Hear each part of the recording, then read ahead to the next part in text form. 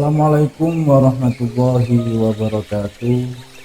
Saya Muhammad Abdul Ghaffar, Instruktur Mata Pelajaran Pendidikan Akhlak Budi Pekerti Salam Vokasi.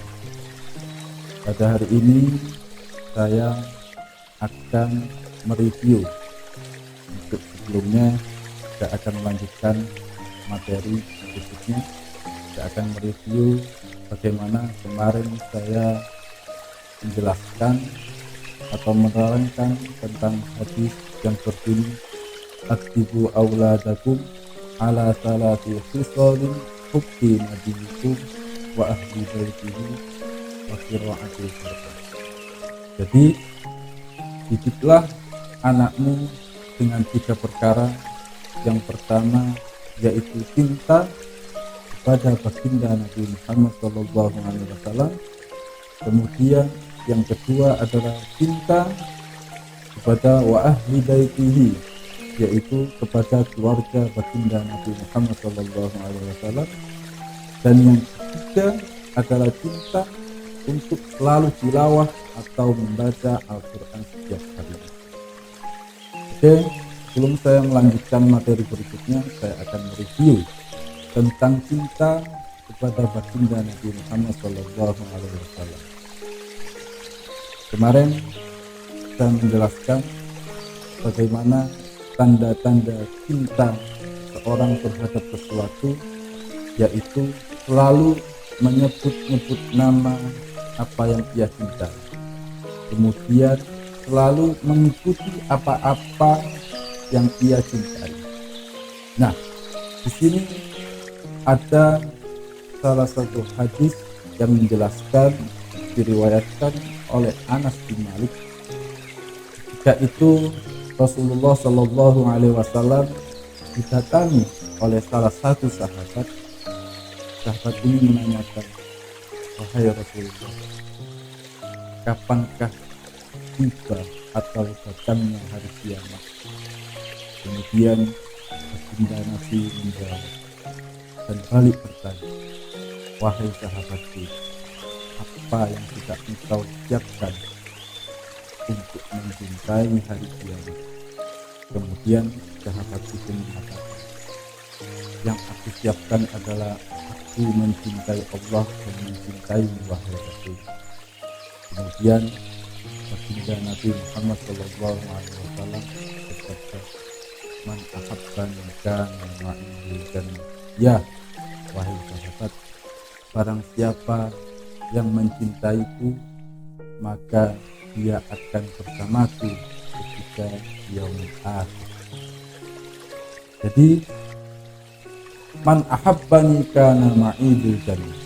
Ketika kita cinta kepada baginda Rasulullah Sallallahu Alaihi Wasallam, Rasul mengatakan kita akan bersama Rasulullah.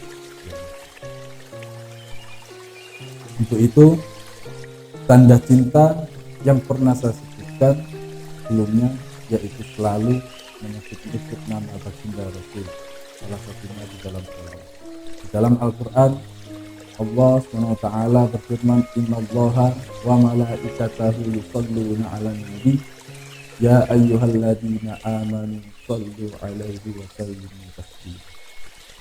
Bukan hanya kita sebagai umat Rasulullah, tetapi di nas Al-Quran, innallaha, sesungguhnya Allah pun bersolawat, wa malaikatahu, dan para malaikat, yusholluna 'alan nabi. Dari redaksi firman Allah, innallaha, ini adalah penegasan bahwasanya Allah dan para malaikat pun juga bersolawat kepada baginda Nabi Muhammad SAW. Begitupun kita juga, kita harus senantiasa untuk membaca sholawat, menyampaikan salam kepada baginda Rasul. Sebagai apa? Sebagai cinta kita kepada Nabi Muhammad SAW. Kemudian yang kedua adalah mengikuti apa-apa yang dilakukan oleh Rasulullah SAW, yaitu yang dinamakan dengan sunnah Rasul.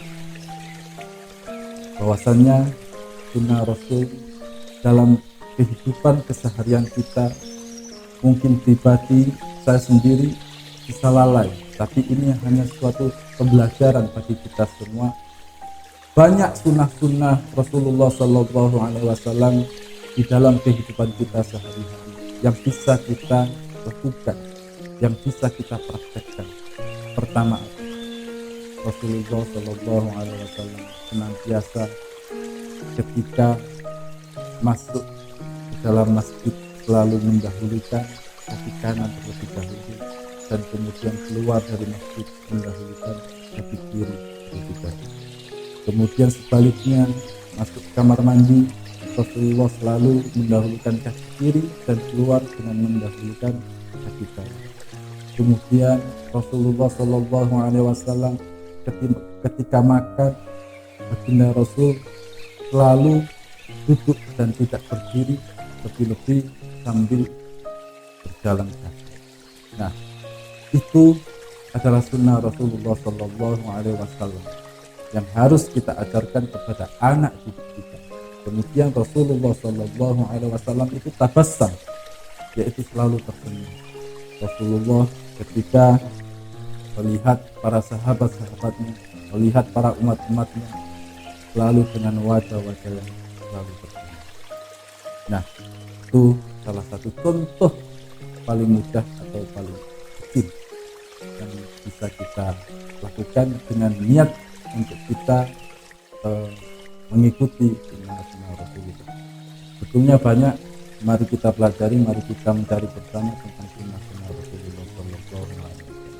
Tapi sunnah yang paling tinggi dari Rasulullah Sallallahu Alaihi Wasallam yaitu bukanlah hanya sebatas pakaian atau lahiriahnya saja, tetapi yaitu akhlak mulia Rasulullah Sallallahu Alaihi Wasallam yang sudah saya jelaskan di dalam video sebelumnya.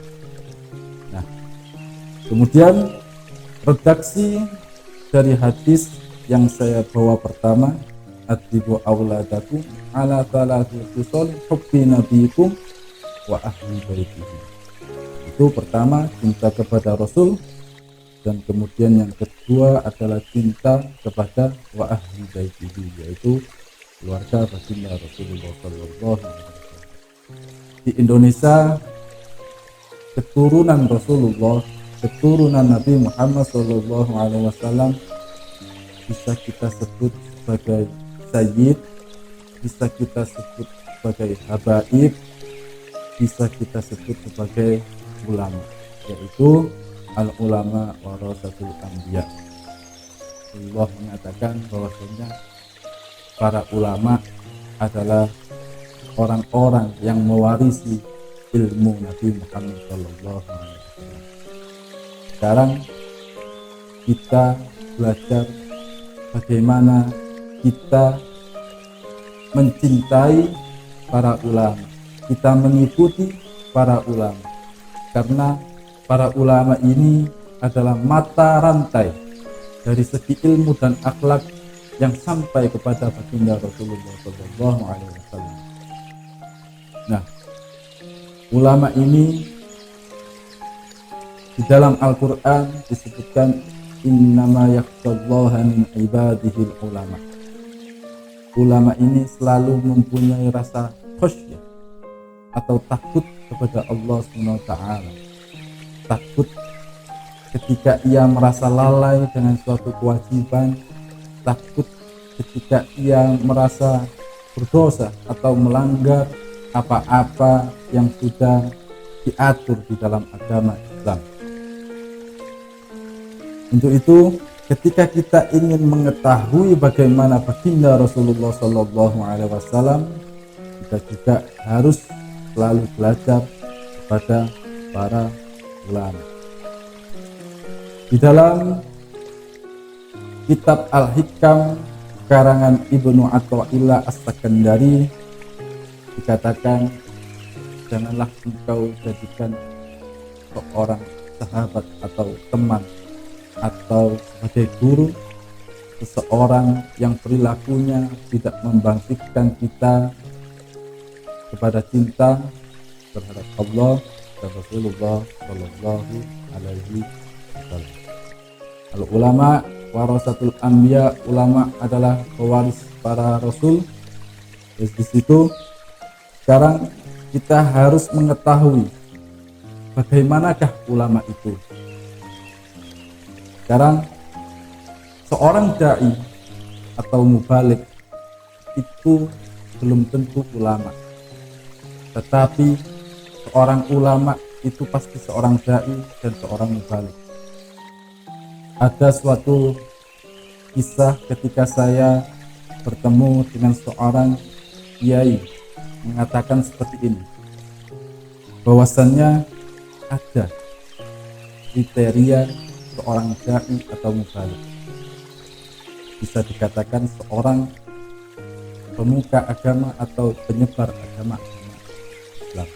Pertama, seorang dai atau mubalik itu, pengibaratan dari beliau itu pertama seperti air hujan, yang artinya dia selalu menyebarkan syiar Islam dimanapun dia berada, seperti air hujan, dia turun langsung ke bawah.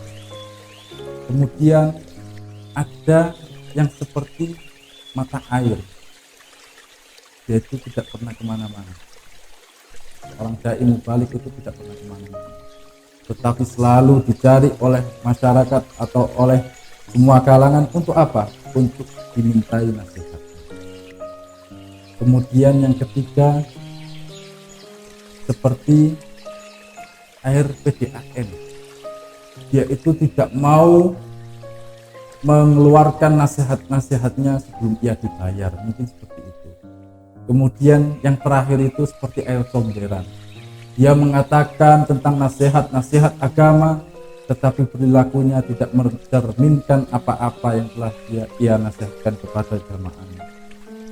Jadi kita harus pandai untuk mencari sosok tauladan ulama. Ulama itu yang menurut ummah bi'ainir rahmah. Dia selalu melihat para jamaahnya, melihat umat-umatnya seperti Nabi Muhammad dengan mata kasih sayang, seperti itu. Dan kemudian ulama itu selalu mengajak, bukan mengejek. Ulama itu selalu merangkul, bukan memukul. Selalu menebarkan rahmat dimanapun ia berada, dan tidak menyebarkan laknat dimanapun ia berada. Intinya ulama itu selalu mensifati apa-apa yang disifati oleh Rasulullah Shallallahu Alaihi Wasallam sebagai wa ma arsalnaka illa rahmatan lil alamin. Mungkin cukup dari saya, Muhammad Abdul Ghaffar, Instruktur Mata Pelajaran Pendidikan Akhlak Budi Pekerti. Salam vokasi.